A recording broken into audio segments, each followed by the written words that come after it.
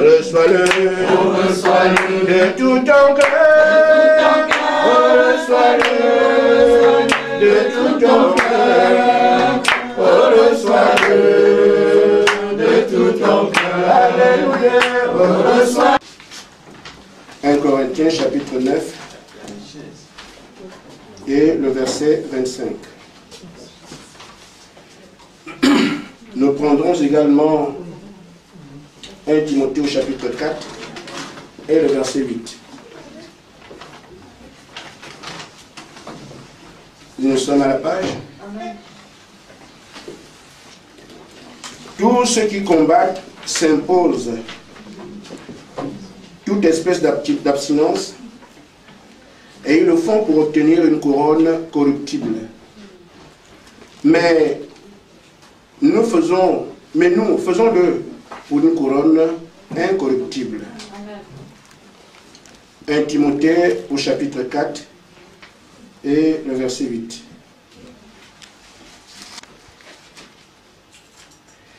Exerce-toi à la piété, car l'exercice corporel est utile à peu de choses, tandis que la piété est utile à tout, ayant la promesse de la vie présente et celle qui est à venir. C'est là une parole certaine et entièrement digne d'être reçue. Nous travaillons en effet et nous combattons parce que nous mettons notre espérance dans le Dieu vivant, qui est le sauveur de tous les hommes, principalement des croyants. Amen. Que Dieu bénisse sa parole. Amen. Amen.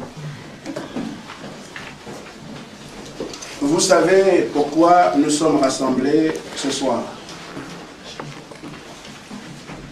Amen. Amen. Il y a eu un homme dans la Bible appelé David. Vous trouverez ce récit dans les Chroniques, ou du moins c'est dans le deuxième livre de Samuel, au chapitre 12, je crois. David a perdu son enfant. Mais avant que l'enfant ne décède, David était tout malheureux. Il a jeûné, il a prié, parce qu'il avait besoin des faveurs de son Dieu. Mais chose étrange, du moins pour ceux qui étaient autour de lui. Alors qu'on s'attendait à ce que David continue à pleurer après le décès de l'enfant, David a commencé à manger. Il s'est habillé. Amen. Alors, cet exemple a souvent servi à des prédicateurs quand nous traversons ce genre de situation. Dire qu'en réalité, on ne peut plus continuer à pleurer celui qui est parti. Parce qu'en fait, nous sommes dans un cas de dépit. On ne peut plus rien. Amen. David s'est dit, c'est pas la peine que je continue à crier parce que je ne peux rien. Il montrait ainsi son impuissance quant à continuer à faire quoi que ce soit par rapport au départ de la vie de son enfant. Mais nous, en tant que croyants, nous ne le faisons pas par dépit. Je crois que c'est pour moi un sujet de joie de me tenir ici et de parler de cette grande dame. Amen. Amen. Je vous dis certainement que je suis moi dans la joie. Ce n'est pas une joie qui est liée au fait que quelqu'un part et que je n'ai pas de sentiment. Mais je sais qui elle est. Parce que j'ai tenu entre mes mains pour la baptiser. Et je me sentais totalement indigne par rapport au parcours qui m'a été compté d'elle au niveau de la foi. Amen. Alors je suis dans la joie aujourd'hui parce qu'elle est rentrée dans une promesse. Le Seigneur Jésus-Christ a vaincu la mort. Et il nous a dit, le chemin qu'il a suivi, nous le suivrons aussi. C'est un témoignage certain. Il y a une vie après la mort. Parce que nous avons un témoin qui a franchi ces portes-là et qui est revenu nous dire ce qui se passe de l'autre côté. Il dit, celui qui croit en moi, je le ressusciterai au dernier jour. Et donc aujourd'hui, par rapport au fait que Jésus-Christ a vaincu la mort n'a plus d'effet sur le croyant. Nous nous reposons en Christ. Et notre sœur aujourd'hui, je suis certain qu'elle s'est reposée dans les bras de son Père. Et c'est pour ça que je dis, je suis dans la joie. Et surtout, je sais de quoi je parle. Je voudrais simplement rappeler un fait. Je ne la connaissais pas. Mais un temps, je crois c'était dans les mois de mai, juin 2005, je l'ai reçu à Nancy, dans la famille de sa fille Élise. Et pendant qu'on était là-bas, on parlait de la parole de Dieu. C'est quand même ce que quiconque croit peut faire. Et je ne savais pas qu'elle avait une histoire personnelle. Et ceux qui l'ont connue dans les années avant qu'elle ne vienne en France savaient qui elle était. Comment le Seigneur l'a utilisée. Elle avait un puissant don de prophétie. Elle allait de ville en ville donner les témoignages que Dieu lui a donnés. Et parfois même elle ne savait pas comment le faire, mais Dieu dit je serai avec toi. Et chaque fois qu'elle partait au nom de Dieu, elle accomplissait exactement ce que Dieu a dit, mot à mot. Je n'étais pas là-bas, mais c'est des témoignages que j'ai reçus. Et j'ai compris alors que c'était une femme que Dieu utilisait depuis longtemps. Mais dans les années, d'après ce qu'elle m'a raconté, d'après ce que j'ai vu, dans les quelques moments que j'ai passés avec elle, je crois que c'était en 1965, dans le travail qu'elle faisait. Alors Dieu lui a dit, je ne peux pas te retirer de la terre maintenant. Amen. Amen. Je t'enverrai loin, dans les pays lointains, où tu construiras ton âme, quelque chose dans le genre. Amen, c'est vrai. Alors, pendant qu'elle vivait, elle était à l'époque, je crois, de foi pentecôtiste. Vous savez, elle a fait une longue expérience dans la foi. Et je crois qu'elle était à sa 50e année de vie croyante. Je n'ai même pas encore 50 ans moi-même. Amen. Amen. Alors, quand le Seigneur lui a dit cela, elle est restée patiente, attendant que la prophétie que Dieu lui a faite, lui a donnée, s'accomplisse. Et quand elle arrive à Nancy en 2004-2005, surtout 2005, voici ça. Quand elle arrive, nous avons témoigné de la parole de Dieu par rapport à ce que Dieu fait maintenant sur la terre. Je voudrais dire à mes frères qu'en réalité, quand nous sommes en train d'apporter le message, alors que quelqu'un est parti, je crois que ce que nous sommes en train de faire maintenant, on ne peut plus rien changer quand on est parti. C'est maintenant que nous avons l'occasion d'accepter le Seigneur ou de le rejeter. Quand nous mourrons, il n'y a pas d'espoir. Après cela, donc c'est ici qu'on prend les engagements. Je vous dis simplement qu'il y a dans la Bible un homme, je crois que c'était l'homme qui mangeait sur la même table que Lazare. Il s'est rendu compte que, étant de l'autre côté là-bas, il y avait, le paradis était encore sous terre. Il y avait le sein d'Abraham, d'un côté ici, je dirais du côté droit, et l'enfer, bon il n'y a pas d'enfer aujourd'hui, mais le côté de la tribulation, où les âmes damnées, les âmes en prison étaient juste en face. Mais ils étaient séparés par un grand abîme. Alors cet homme, quand il s'est rendu compte que ce qu'il a mené comme vie sur la terre ne lui a pas permis de rejoindre les autres qui étaient avec Abraham, il a dit, mais il faut qu'on dise à mes frères de ne plus faire comme moi. Mais il n'y aura pas un prédicateur qui va sortir de là-bas pour venir dire en haut, ne faites plus comme tel ou tel qui est parti a fait. Il lui a été répondu, ils ont des prédicateurs là-bas. Il faut qu'ils les écoutent. Amen. Amen. Donc, on a l'impression que ce que nous sommes en train de faire ici, c'est une scène banale. Mais le Dieu qui est grand se révèle dans des choses simples. Amen. En d'autres termes, ce n'est pas pour celui qui est parti que nous parlons. Même s'il est vrai que tout se fait en son nom. Mais nous attirons l'attention à chacun de nous de savoir que nous sommes ici tous des pierres tombales. Amen. Né-le, mort-le. Amen. Amen. Et donc, parfois, il est facile de penser que je vais croire plus tard. J'ai encore le temps. Ton mort, ça ne te revient pas. Il y a quelqu'un qui décide quand tu pars. Vous savez, il se peut que je reste sur mon sujet ou que j'en sorte, mais excusez-moi. Je suis positivement ému parce que j'aime bien la dame pour laquelle je parle. Et je rendrai ce témoignage au Cameroun. J'y vais personnellement. Voyez-vous donc, ce que nous sommes en train de faire, c'est seulement rappeler à ceux qui sont là, à nous qui sommes ici. J'avais un programme. Elle m'avait appelé une semaine plus tôt, par l'entremise de sa fille. Mais dit au pasteur, et pratiquement chaque année, je lui envoyais des courriers. À un moment donné, j'ai envoyé des courriers. À un moment, j'appelais tout le temps. Mais je me suis dit, bon, cette fois-ci, je ne vais plus l'appeler. Je vais me déplacer personnellement pour venir à Paris, rester avec elle. Mais une semaine plus tôt, elle a dit à sa fille, mais le pasteur, on dirait qu'il m'a oublié. Et sa fille lui a dit, non, le pasteur ne peut pas t'oublier, il a un travail qu'il fait à l'église.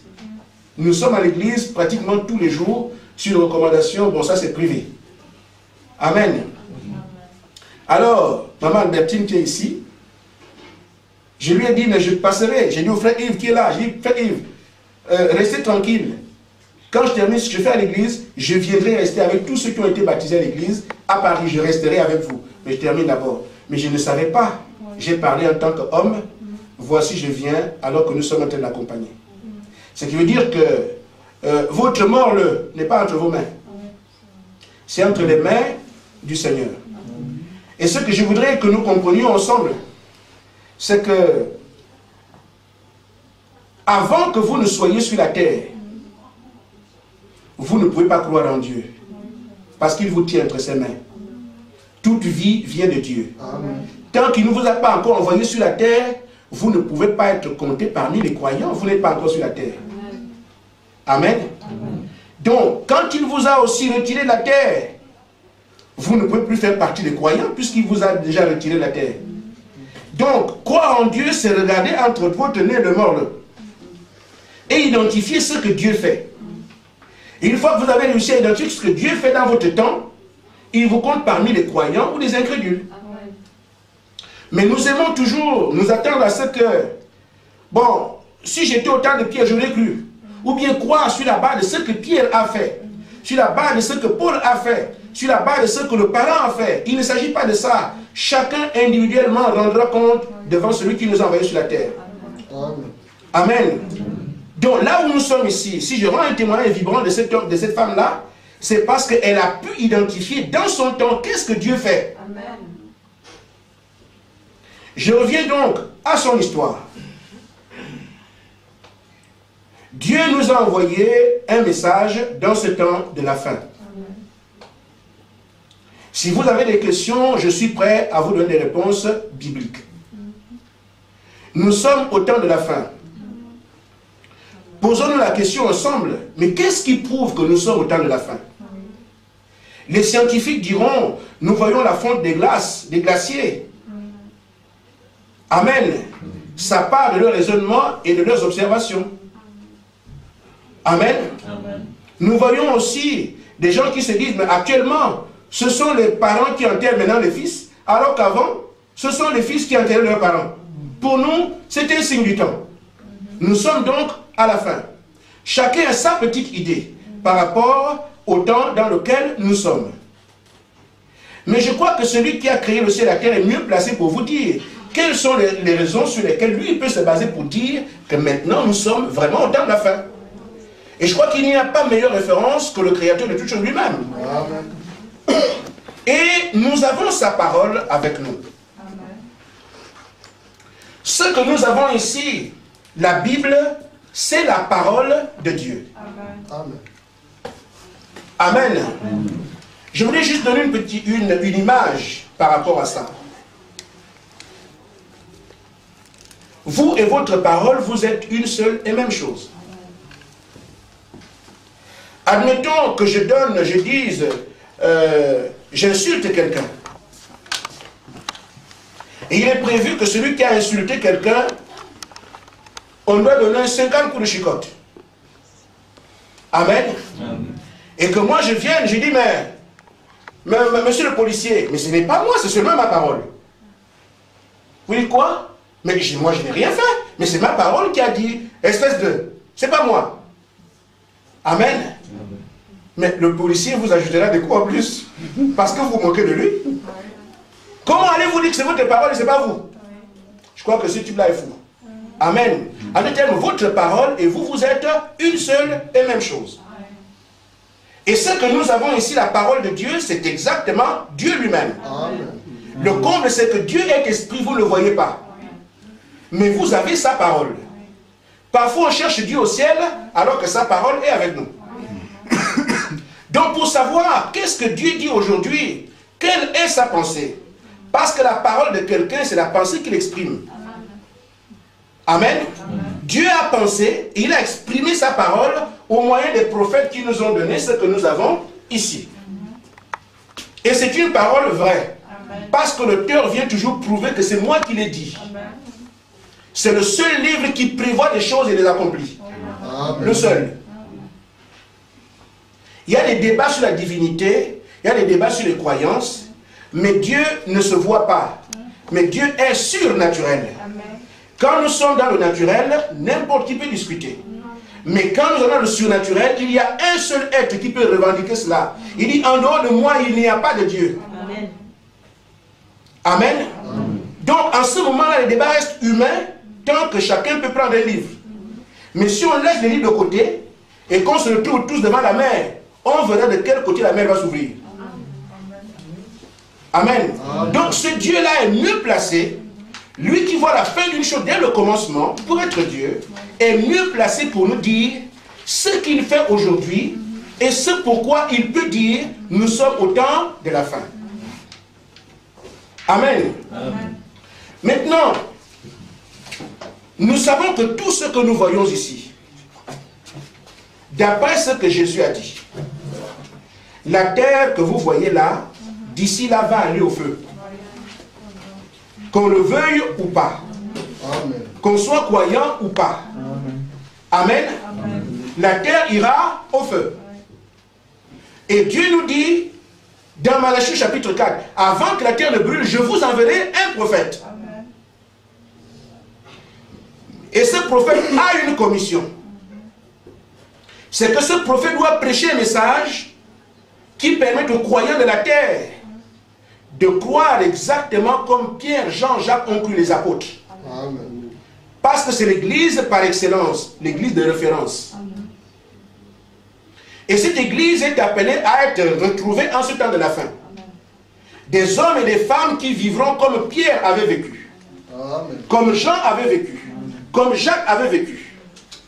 Ce n'étaient pas des gens qui connaissaient les religions. Amen. Des gens sont démarqués de tout ce que l'homme pense. Amen. Amen.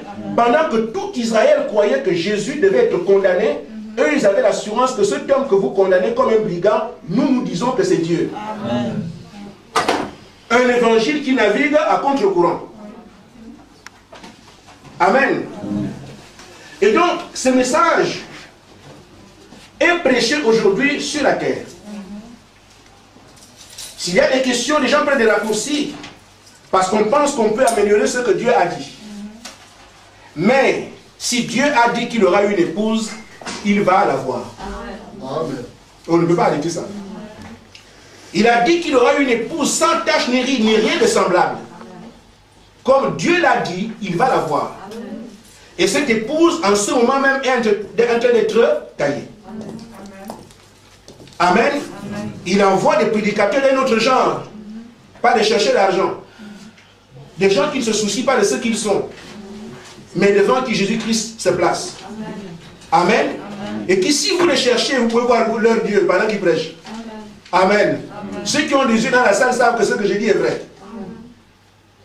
Amen. Amen. Alors sur cette base-là, j'ai parlé à cette femme.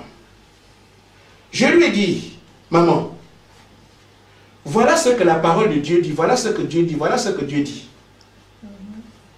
Amen. De manière simple.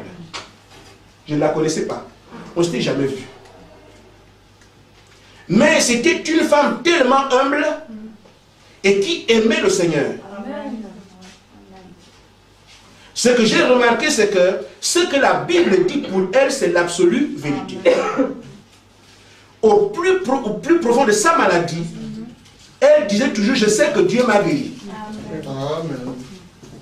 Pendant toutes ces années, vous vous lamentez sur elle, elle vous encourage. Amen. C'est vrai. Amen. Amen. Alors, quand je lui ai parlé de ce message, On a regardé les Écritures ensemble. La parole de Dieu est la chose la plus simple. Heureusement pour les hommes simples. Amen. Mais quand on cherche à compliquer les choses, elles se compliquent. C'est pour ça que Jésus a dit, Père, je te loue parce que tu as caché ces choses aux sages et aux intelligents. Tu les as révélées aux enfants qui sont prêts à apprendre. Et elle a été simplement une enfant. Et pendant que nous parlions de ça, moi je suis rentré chez moi, mais je ne savais pas qu'il s'est passé quelque chose. Elle s'est rappelée qu'en 1965, Dieu lui avait dit qu'elle construisait son âme dans les pays étrangers, au moyen du Saint-Esprit. Et pendant qu'elle a attendu pendant presque 40 ans que la promesse s'accomplit, le film de la promesse de Dieu est revenu dans sa vie. Elle dit, ma fille, ce que j'avais dit depuis tant d'années, c'est ça. Ça vient de s'accomplir avec ce garçon-là. Mais, éventuellement, je reviendrai dessus. J'ai croisé beaucoup de femmes et beaucoup d'hommes dans le petit mystère que Dieu m'a confié. Pour faire juste une comparaison avec une autre dame d'à peu près son âge avec qui j'ai discuté, j'ai eu un entretien. Je lui ai parlé simplement du baptême. Simplement du baptême. Vous savez, il y a des débats qui n'ont pas lieu d'être. La parole de Dieu ne se discute pas, les choses sont simples. Et nous voyons que dans la Bible, il y a comme des contradictions. Mais si un homme peut voir que Dieu se contredit, c'est que ce n'est plus Dieu parce que l'homme le comprend. Et même si Dieu se contredisait, l'homme n'a aucune capacité de découvrir ça. Amen. Amen. Ce qui est clair, c'est que Dieu ne peut pas se contredire. Amen. Parce que quand il place sa parole, il ne peut pas se tromper. Qu'est-ce qui peut changer son programme en cours de route? Qui? Et quel événement? Il voit la fin d'une chose dès le commencement. Quand il dit, en 2005, tu auras le Saint-Esprit, même si tu refuses, c'est la parole de Dieu, c'est une loi. Elle s'appliquera à toi. Parce qu'il a dit. La parole de Dieu, quand elle est sortie, elle ne peut pas retourner à Dieu sans accomplir ce pourquoi Dieu l'a prononcé. Alors, si ça ne se fait pas, c'est que ce n'est pas Dieu. C'est quelqu'un qui n'a pas assez de puissance par rapport à cet événement qui a parlé. Mais celui qui est tout puissant, sa parole est une force de loi. Amen. Donc, sur le baptême, nous voyons dans Matthieu 28, 19, Jésus ouvre la bouche, il dit, « Allez dans le monde entier, faites des disciples, les baptisant au nom du Père, du Fils et du Saint-Esprit. » C'est écrit noir sur blanc. Amen. Mais il ne s'est pas adressé à quelqu'un parmi vous. Il y avait des gens qui étaient assis ou debout qui l'entendaient. Ces gens ont des noms. Pierre était dedans. Jean était dedans. Jacques était dedans. Philippe était dedans. Étienne, Thaddée, Barthélemy. Ce sont eux qui ont entendu comment le Seigneur dit, allez dans le monde entier, faites les disciples, les baptisant au nom du Père, du Fils et du Saint-Esprit. C'est même, après qu'ils aient entendu le Seigneur, le jour de la Pentecôte, Pierre prend la parole. Il dit, repentez-vous et soyez baptisés au nom de Jésus-Christ pour le pardon de vos péchés et vous aurez le baptême du Saint-Esprit. On dirait que Pierre n'était pas ce jour-là. Et pourtant, Jésus, s'il se trompe, il n'aurait pas pu dire à Pierre, je donne les clés du royaume. Amen. Parce qu'il aurait dû voir que Pierre va me désobéir. C'est le même Jésus quand Pierre était avec lui. Le jour où on l'arrête, Amen. Tout le monde tremblait. Mais Pierre dit, Seigneur, quel que soit l'endroit où tu amènes, moi je serai là. Jésus dit, Pierre, tu vas me renier. Il dit, non, Seigneur, moi te renier, c'est impossible. Amen. Il lui dit, tu vas me renier. Pierre dit, je ne peux pas te renier. Il l'aimait beaucoup. Mais lui ne voyait pas le corps de Pierre, c'était Dieu. Avant que le coq ne chante 3 fois, tu m'auras déjà renié. Celui qui a vu Pierre le renier ne pouvait pas savoir que Pierre allait le changer la parole plus tard. Amen. Amen. Et il lui a quand même dit, Pierre, tu es Pierre, sur la révélation de qui moi je suis, mon église sera bâtie. Je te confie les clés du royaume. Il lui a confié ça, sachant qu'il va désormais après. C'est qu'il ne le connaissait pas. Amen. Amen. Pierre, Pierre, est-ce que tu m'aimes? Pierre dit, Seigneur, je t'aime. Mais Pierre, je veux savoir, est-ce que tu m'aimes? Mais Seigneur, je te dis que je t'aime. Pierre, est-ce que tu m'aimes? Ah, ça devient compliqué. Seigneur, comme toi, tu connais que les gens, tu peux alors savoir ce qu'il y a dedans. Donc Pierre savait que Jésus ne peut pas se tromper.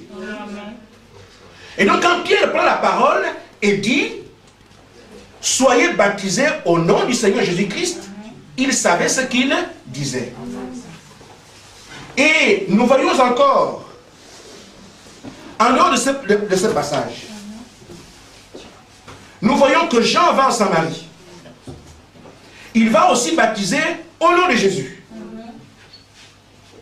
Nous voyons que Paul, qui est un autre apôtre, qui n'a jamais vu Jésus, il n'a pas traité avec lui. Pour lui, Jésus était un voyou, un imposteur. Mais le jour où Dieu a décidé de le prendre comme serviteur, il lui a révélé la parole qu'il ne connaissait pas. Il s'est présenté à lui. Paul a été baptisé au nom de Jésus. Et ce Paul-là vient dire aux gens, si vous avez été baptisé autrement, vous devez recommencer votre baptême. Dans Acte 19, de 1 à 6. Et les gens reprennent leur baptême pour recevoir le Saint-Esprit.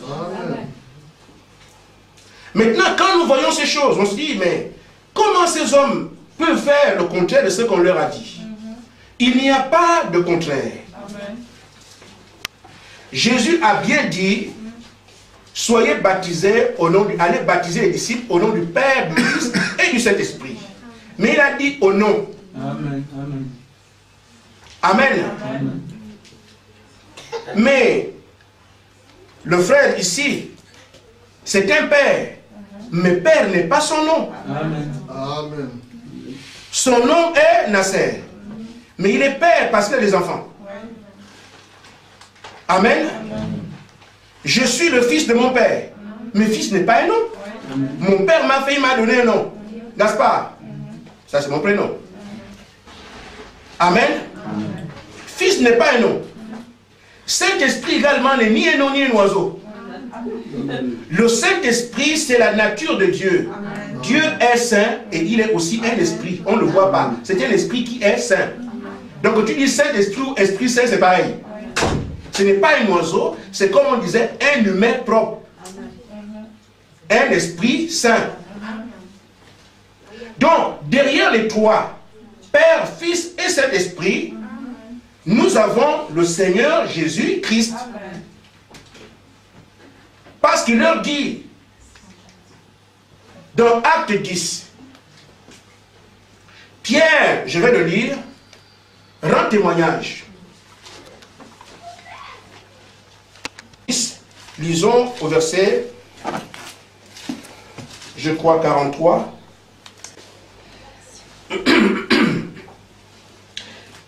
Pierre dit ceci. Tous les prophètes rendent de lui le témoignage que quiconque croit en lui reçoit par son nom le pardon des péchés. Amen. Et dans Acte 4, au chapitre, au verset 12, Acte 4, la Bible dit, il n'y a de salut en aucun autre. Amen. Car il n'y a sous le ciel aucun autre nom qui ait été donné parmi les hommes par lequel nous devrions être sauvés. Amen. Le salut se trouve dans le nom. Amen. pas dans les titres. Amen. Dieu est Père. Oui. Dieu est devenu Fils. Oui. Amen. Et Dieu est le Saint-Esprit. Amen. Ce sont les titres de Dieu. Mais le nom de Dieu, c'est le Seigneur Jésus-Christ. Amen. Amen. Amen. C'est pour ça que Pierre et les autres ont baptisé dans le nom. Parce qu'ils disent le salut est dans le nom, pas dans les titres. J'ai beau être pasteur à Nancy, mais si je veux faire un chèque, je mets pasteur, vous n'encaisserez rien. Parce que c'est mon titre. Allez à la banque, vous revenez les mains vides. Mais si je mets mon nom, regarde le compte, ah oui, c'est vrai, ça passe. Le salut n'est pas dans les titres. Alors, quand j'ai expliqué cela, et c'est seulement écrit, vous ne trouverez aucun endroit dans la Bible où quelqu'un a été baptisé au nom du Père, du Fils et du Saint-Esprit. Amen. Ça n'existe pas. Dans Luc 24, 45, quand Jésus ressuscite, il leur dit, le pardon des péchés serait prêché en mon nom. Il leur dit ça en face. Et donc quand ils vont là, ils ont accompli la mission qu'on leur a donnée. Il y a la partie donnée aux hommes et la partie révélée. J'ai donc parlé de ça à cette dame. Et je dis, si quelqu'un est baptisé autrement qu'au nom du Seigneur Jésus-Christ, vous ne serez pas sauvés. Amen. Ce n'est pas possible. Je ne gagne rien à vous le dire, c'est gratuit. Je ne vous demande rien. Je suis le passage. Mais je dois vous le dire. Pourquoi je vais seulement vous montrer juste une image. Permettez-moi cela. Posons-nous la question. Mais pourquoi le baptême? On ne peut pas pisser et puis on est sauvé. On aurait pu faire autre chose. Mais pourquoi le baptême? Amen. Amen. Pour être sauvé, on pouvait se rouler dans la boue et puis on est sauvé. Mais Dieu n'a pas dit se rouler dans la boue. Il sait ce qu'il dit par le baptême. Juste deux images. Au jardin d'Éden, Dieu nous a confié une vie. Il a confié une vie à Adam, la vie éternelle. Et cette vie-là, Adam et Ève n'ont même pas pu terminer une seule journée qu'ils ont péché. Ils ont perdu cette vie éternelle. Amen. Amen. C'est pour ça que Dieu dit à l'homme, vous me devez. Parce que ce qu'il nous a donné de plus précieux, nous l'avons perdu. C'est pour ça qu'on parle du prix à payer. La race humaine était endettée par rapport à Dieu, parce que la vie qui lui a été confiée, l'homme l'a galvaudée. Maintenant, il fallait payer cette vie-là. Il fallait la rendre. Mais ce que l'homme a pu faire, c'est ce que Dieu lui a montré. Voilà le chemin. Tu vas prendre quelqu'un qui n'a rien fait, tu l'égorges, pour que toi tu aies la vie. Parce que le salaire du péché, c'est la mort. Donc Adam et Ève, après le péché, devaient absolument mourir. Mais pour qu'Adam ne meure pas, il faut qu'une autre vie parte pour que toi tu restes en vie. C'est pour ça que Dieu leur a montré le chemin de l'agneau. Vous coupez un agneau, et quand je vais voir le sang est le témoignage de ce qu'une vie a été donnée. Amen. Amen. Donc, une fois alors qu'ils ont coupé l'agneau, et qu'ils ont présenté le sang, Dieu dit alors, j'apaise ma colère, parce qu'une vie est venue en remplacement de celle que vous avez perdue. C'est comme ça que le sacrifice a été institué. Donc chaque fois qu'un homme commet un péché, dans l'ancien temps, qu'est-ce qu'il fait? Il prend un bouc, il va le tuer, on prend le sang, on l'amène devant Dieu. Dieu dit, bon, ton péché a été couvert. Parce qu'une vie est venue remplacer la tienne. Comme ça, toi tu es sauf, mais cette vie-là paye le prix à ta place. C'est ce qu'on appelle le sacrifice perpétuel. Mais les animaux qu'on sacrifiait, les bêtes qu'on sacrifiait, les boucs et les taureaux, n'avaient pas une vie qui était comparable à celle qu'on a perdue. Nous avons perdu une vie éternelle Et nous avons présenté des vies animales. C'est pour ça qu'on devait faire ça chaque fois. Amen. Alors, pour que nous puissions arriver à voir la vie, pour récupérer la vie éternelle et payer le prix, il fallait que Dieu lui-même descende. Parce qu'il n'y a pas d'éternité en autre chose. La vie que nous avons perdue, il n'y a que Dieu qui l'avait, pas quelqu'un d'autre. Et Dieu est devenu un homme. Et cet homme-là est devenu notre agneau. Et c'est comme ça alors que quand le sang de Jésus coule, en fait c'est le sang de Dieu qui est présenté. Et la vie qui sort là est exactement la même vie qui a été perdue là-bas. C'est pour ça qu'on dit que Jésus a payé le prix. Amen. Amen. Parce que la vie qu'on a perdue là-bas, c'est la même vie que Christ a amenée, dont son sang a été versé, preuve que le sang ayant été versé, une vie est sortie.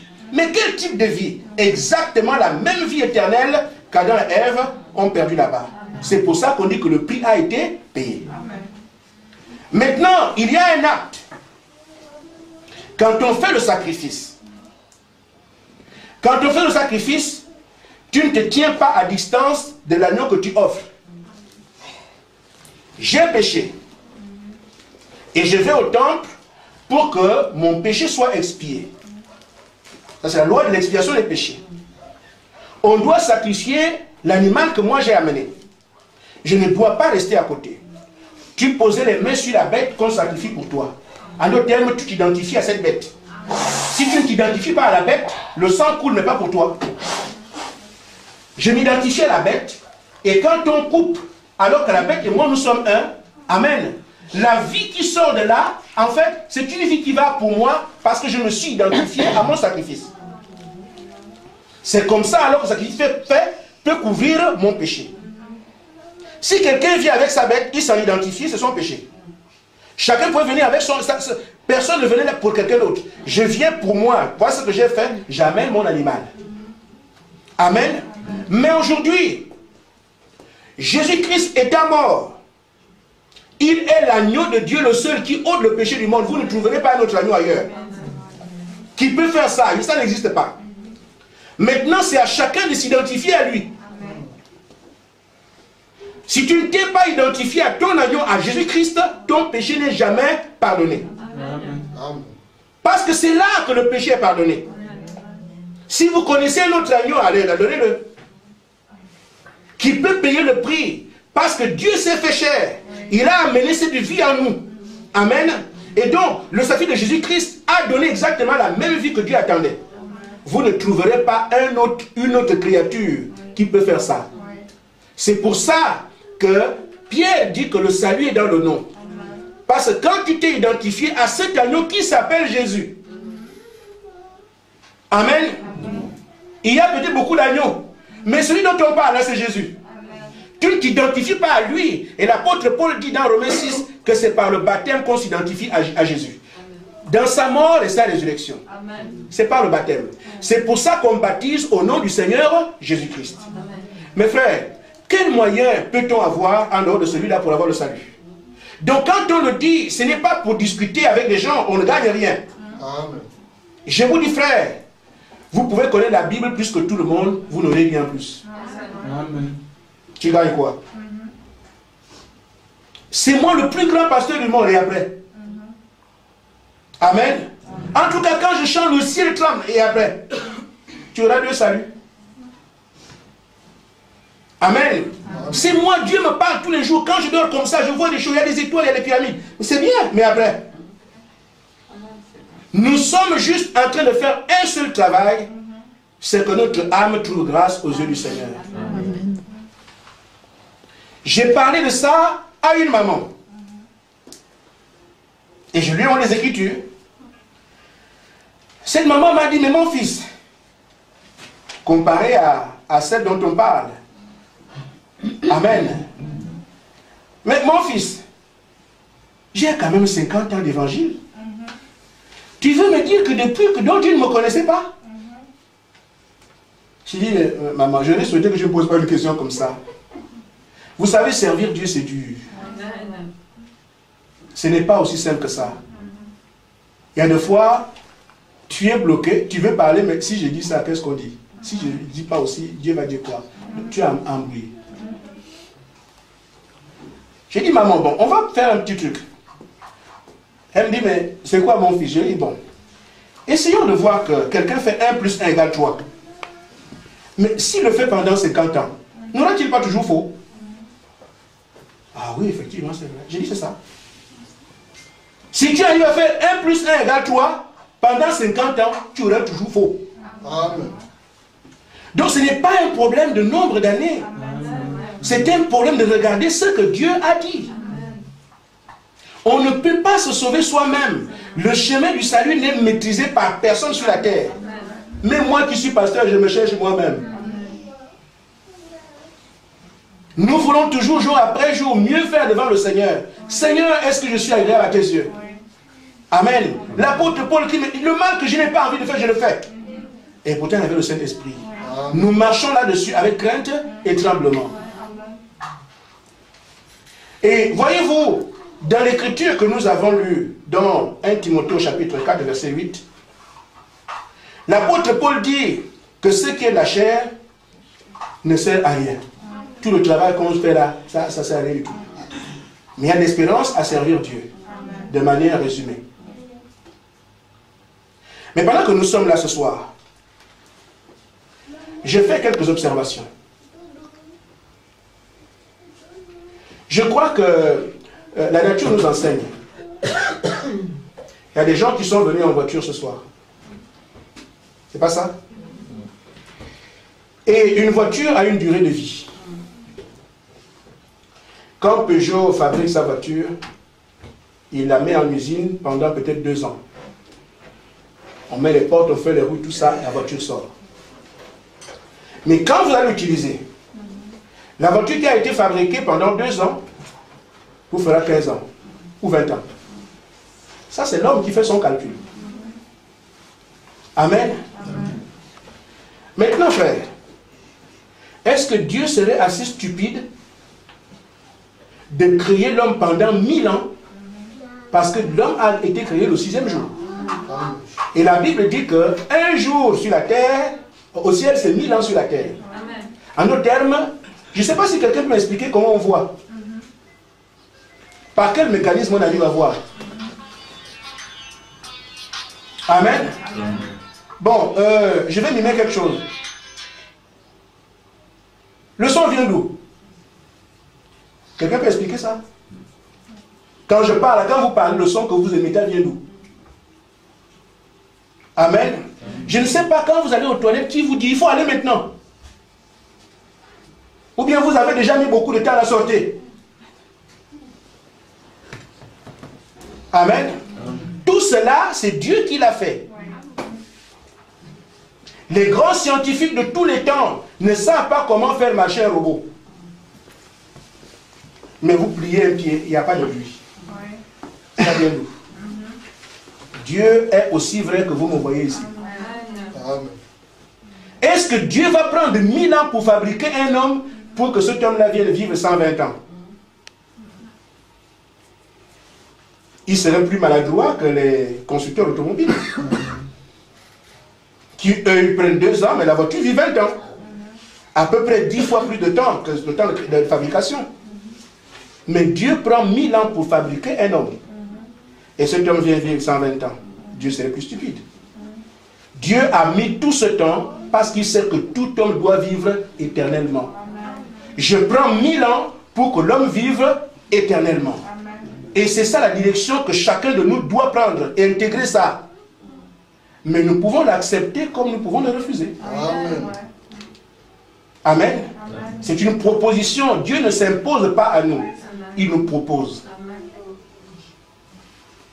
Ainsi, la deuxième observation, c'est que, comme l'apôtre Paul dit, que ce qui est charnel, ce qui est de la vie terrestre, n'est pas utile. Ça sert pour un temps. Mais ce pourquoi Dieu nous a envoyés sur la terre, c'est nous préparer à vivre éternellement. Amen.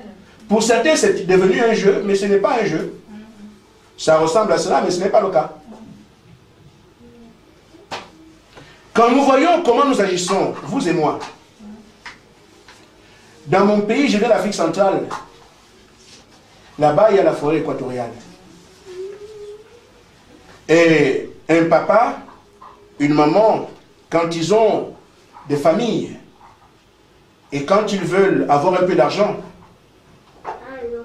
ils sont capables de braver les lions, de braver les serpents, les gorilles et tout le reste pour aller faire des plantations. Pourquoi? On veut nourrir la chair. Amen. Ils vont abattre, ils vont faire le brûler, ils vont faire tout ce qu'il faut, parce que la chair là doit manger. Et j'imagine bien que parmi nous, les grands intellectuels, vous commencez par la maternelle. Amen. Jusqu'à l'université. La finalité, c'est quoi? La chair doit manger. Même si vous êtes Sarkozy, tout ça, c'est pour manger. Et tout ce que vous avez comme victoire dans votre vie, c'est ce qui va dans votre chair. Vous achetez une voiture, elle reste. Vous construisez une maison, elle reste. Vous allez voyager, ça reste. Tout ce qui vous est utile, c'est ce que vous mangez. Ça vous fait grandir, ça vous fait grossir, c'est ça. C'est tout. Alors, tous les efforts que nous sommes en train de faire, quelle que soit la manière, visent toujours à ce que la chair mange. Mes frères, Paul dit que ça ne sert à rien. Mais quel effort sommes-nous capables de mettre en valeur pour que notre âme vive?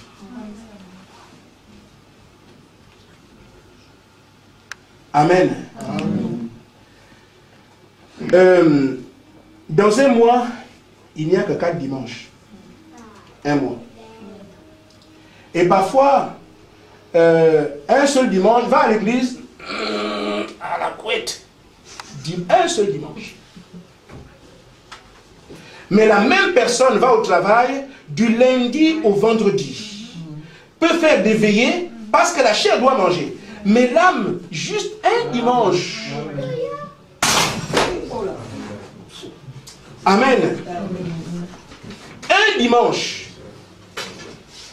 Va écouter la parole de Dieu, c'est impossible. Que nous sommes capables de mettre tout ce qu'on a, on est à mesure de faire pour satisfaire la chair. J'ai appris que mon boutu est mort, mais il n'est même pas mort au Pousaïe. Mais j'ai vu des images des villas qu'il avait. Vous ne voyez pas que le diable nous trompe? Amen. Tout ça est là. Et pourtant, personne n'amène une aiguille. Amen. Amen. Le diable nous trompe. Mais nous devons ouvrir les yeux sur ce que Dieu a dit. Ça ne sert à rien. Il y a des rues pavées d'or qui vous attendent là-bas. À moins que Dieu n'ait menti. Amen. Amen. Tu peux être la plus belle femme du monde, tu seras toujours une pelle de poussière. Amen. Marilyn Monroe n'est plus. La reine Diana n'est plus.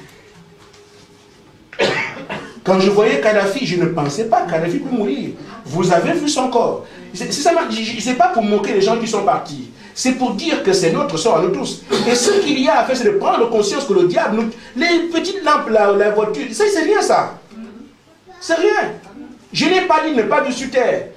Faites le travail, allez au travail, mangez, mais en même temps, pensez qu'il y a un lendemain. Ici.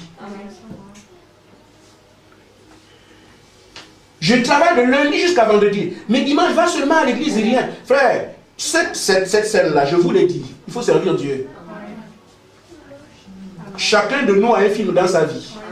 Le film de ma prédication de ce soir vous sera montré comme ça. Le vilain là, il est noir là, il est vilain avec un ventre. Il vous a parlé. Vous allez voir ça devant vous. Il y en a qui sont en colère, qui ne veulent pas comprendre. Moi, je fais ma part. Vous ferez la vôtre. Amen.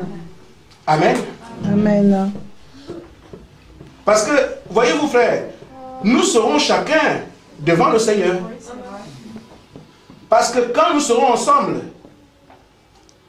j'évite que vous me disiez, il ne nous a pas dit, pourtant tu l'as mandaté. Amen. Et quand vous serez là, la maman et moi par exemple, on est devant Dieu. Mais, Seigneur, il est venu mais il ne nous a rien dit. Amen. j'aurai l'air de quoi? C'est une condamnation directe. Mais je dois aussi dire, Seigneur, je lui ai dit.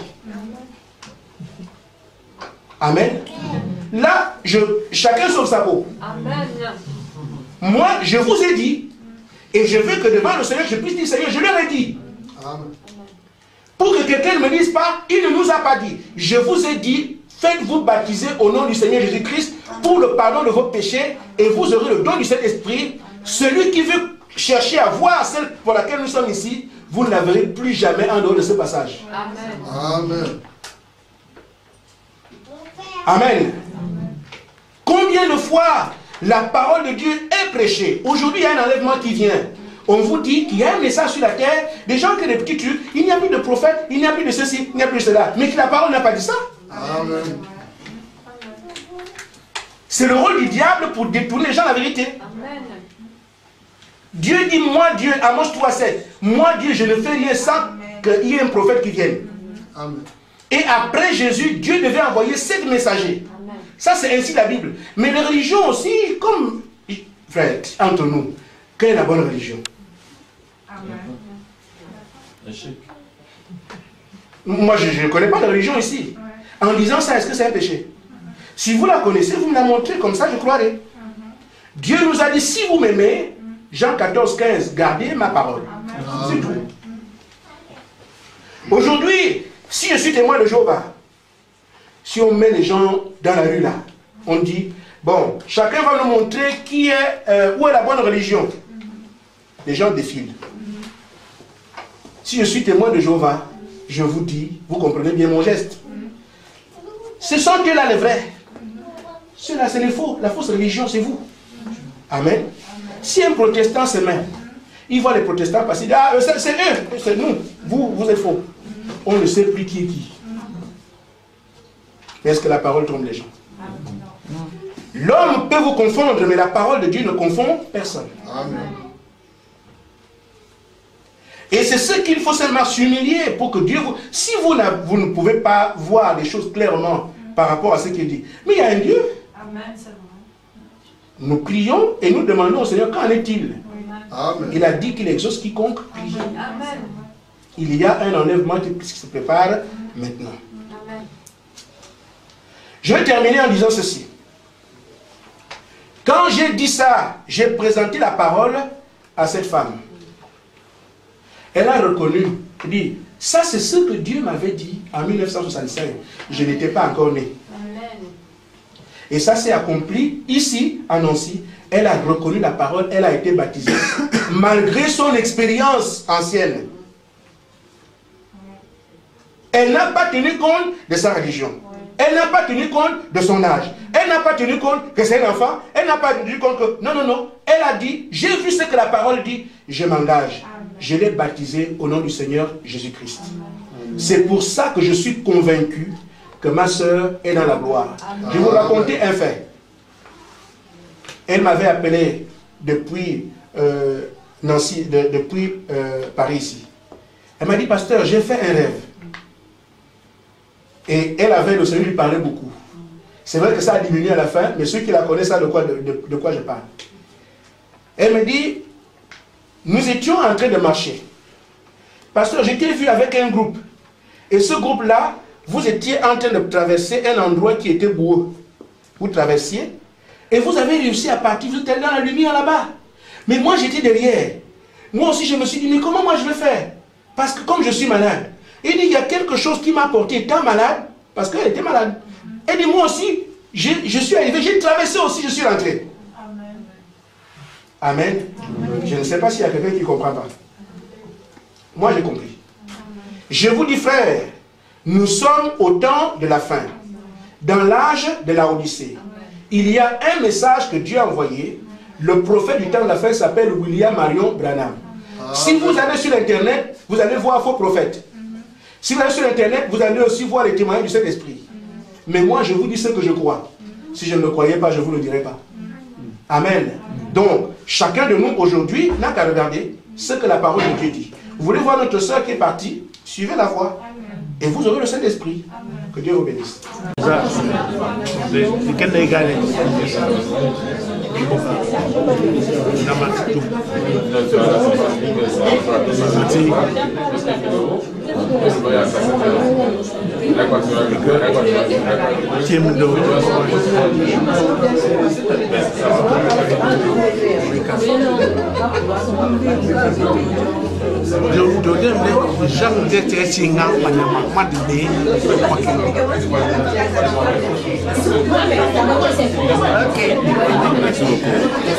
Merci, papa.